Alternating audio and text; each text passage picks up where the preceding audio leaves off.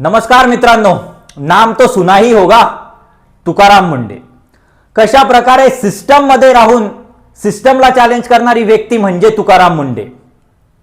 बरेच जण हे आपल्या पदांमुळे नाही तर ते त्यांच्या कर्तृत्वामुळे, त्यांच्या कामांमुळे ओळखले जातात। अशाच प्रकारे महाराष्ट्रातील एक IAS अधिकारी म्हणजे तुकाराम मुंडे। त्यांची शिस्त, त्यांचा निर्भीड व्यक्तिमत्व, प्रामाणिकपणा आणि कुणाच्याही दबावात काम न करता नियमाने चालणारी व्यक्ती म्हणजे तुकाराम मुंडे। आपण बघतोय अशा प्रकारची जे काही व्यक्ती असते त्यांना 21 वर्षाच्या सर्व्हिसमध्ये 27 वेळा त्यांची बदली करण्यात येते। सर्वांच्या तोंडावरती तुकाराम मुंडेंचं नाव तर आहे, परंतु अशा व्यक्तीला या सिस्टमचा किती त्रास होतो हे त्यांच्यावरनं दिसून येते।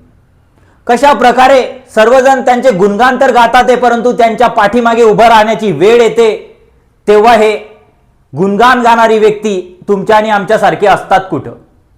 आपण बघतोय 25 मे 2026 मध्ये त्यांची नियुक्ती ही FDA मध्ये होते, फूड अँड ड्रग्स ॲडमिनिस्ट्रेशन, अन्न आणि औषध प्रशासनामध्ये त्यांची नियुक्ती होते। आणि आपण बघतोय 15 ते 20 दिवसांमध्ये संपूर्ण महाराष्ट्र त्यांनी हलवून ठेवलेला आहे। प्रत्येक जणाच्या तोंडावरती फक्त एकच नाव आहे, ते म्हणजे तुकाराम मुंडे। कोणी त्यांचे गुणगान गातात आहे तर कोणी त्यांना घाबरतात आहे। आज अशी सिच्युएशन झालेली आहे की तुकाराम मुंडे गावात येणार आहे म्हणून बाजारपेठा बंद करण्याची वेळ आज लोकांवरती येते आहे। याचा अर्थ काय मित्रांनो? याचा एकच अर्थ आहे की किती भ्रष्टाचार या सिस्टम मध्ये दडलेला आहे। कशा प्रकारचे औषधी असो, दूध असो, वेगवेगळे पदार्थ असो, भेसळयुक्त पदार्थांमुळे आज आपल्या जीवनाला किती धोका आहे हे यावरनं दिसून येतं की त्यांच्या येण्याच्या बातमीमुळे बाजारपेठा बंद होतात आहे। म्हणजे कशा प्रकारचे सेवन आपण आज रुटीन मध्ये करत आहोत, कशा प्रकारच्या आजारांना सामोरे आपण जात आहोत मित्रांनो। आज आपण बघतोय कुठलंही व्यसन नसणाऱ्या व्यक्तींना कॅन्सरमुळे आपला जीव गमवावा लागतोय का तर या अशा प्रकारच्या भेसळयुक्त पदार्थांमुळे। आज मार्केटमध्ये पनीरचा तुटवडा आहे, दुधाचा तुटवडा आहे। कशामुळे? कारण भेसळयुक्त जे काही पदार्थ आहे ते मार्केटमधनं नाहीसे होत आहे। कारण काय? तर एकच व्यक्ती, ती म्हणजे तुकाराम मुंडे। अशा प्रकारच्या व्यक्तींची गरज आज संपूर्ण देशाला आहे आणि भाग्य आहे आपल्या महाराष्ट्राचं की ती व्यक्ती आज महाराष्ट्रामध्ये आहे। आणि दुर्भाग्य या ॲडमिनिस्ट्रेशनचं आहे, या सिस्टमचा आहे, या सरकारचा आहे की त्यांच्या 21 वर्षाच्या कारकिर्दीमध्ये 27 वेळा त्यांच्या बदल्या होतात मित्रांनो। 27 वेळा त्यांच्या बदल्या होतात। मला अनेक वेळेस विचारलं जातं की तुम्ही सिस्टमच्या विरोधात का जाता, सिस्टम बरोबर सामावून का घेत नाही। मी सिस्टमच्या विरोधात नाही, रादर मी सिस्टमला ज्या पद्धतीनं काम करणं अपेक्षित आहे, वर्क करणं अपेक्षित आहे, त्या पद्धतीने करण्याचा मी प्रयत्न करत असतो। मला उपमा दिला जाता बऱ्याच वेळेस की तुम्ही प्रवाहाच्या विरुद्ध पोहून काय होणार, पाण्यात पडून मगरीशी वैर कशाला घेणार, वगैरे वगैरे वगैरे। मी वैर कुणाशीही घेत नाही। जो प्रवाह, त्याची ओरिजिनल दिशा आणि जो आउटकम डिसाइडेड आहे त्या दिशेला नेणं हे जर माझं काम असेल तर ते मी करतो, मग कुणाला ते आवडो किंवा न आवडो।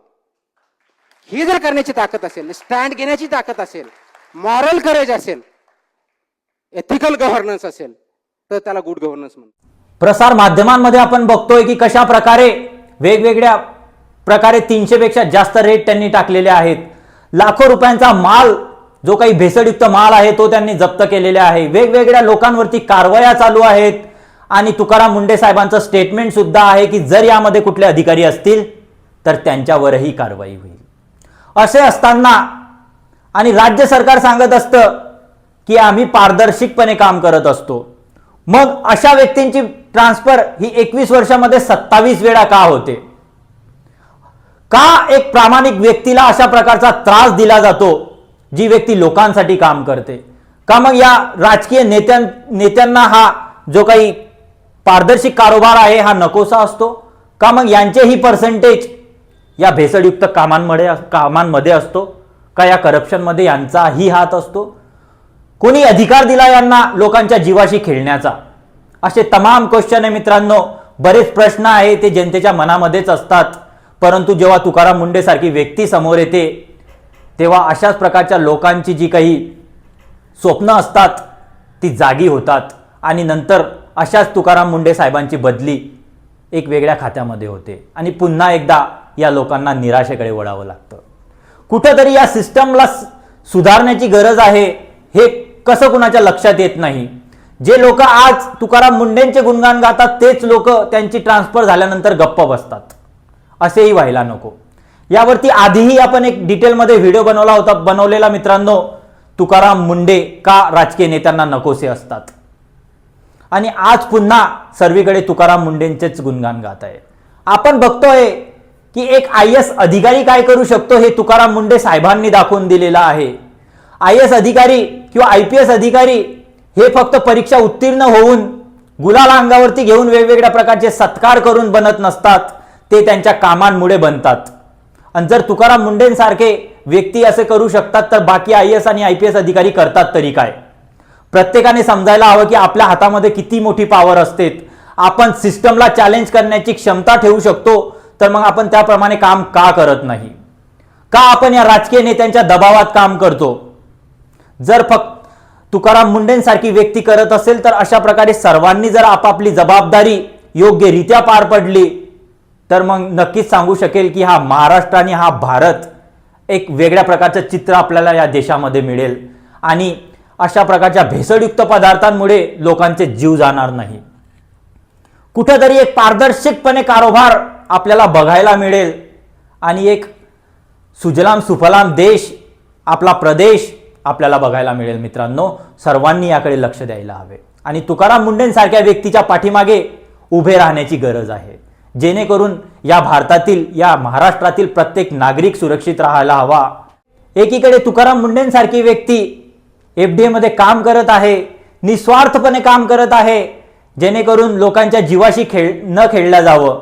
भेसळयुक्त पदार्थ असो, केमिकलयुक्त औषधी असो, अशा तमाम कारवाया ते करत आहे. आणि दुसरीकडे महाराष्ट्र सरकार नकली दारू पिऊन जे लोक मेलेत त्यांना 5 लाख रुपये कॉम्पेन्सेशन देत आहे. शोकांतिका आहे मित्रांनो. असो, शेवटी एकच सांगू इच्छितो, इतिहास हा लोकांना त्यांच्या कामामुळेच ओळखतो. पद येत असतील, जात असतील, परंतु तुमचं कर्तृत्व, तुमचं काम हेच तुमची ओळख असते. जय हिंद, जय महाराष्ट्र.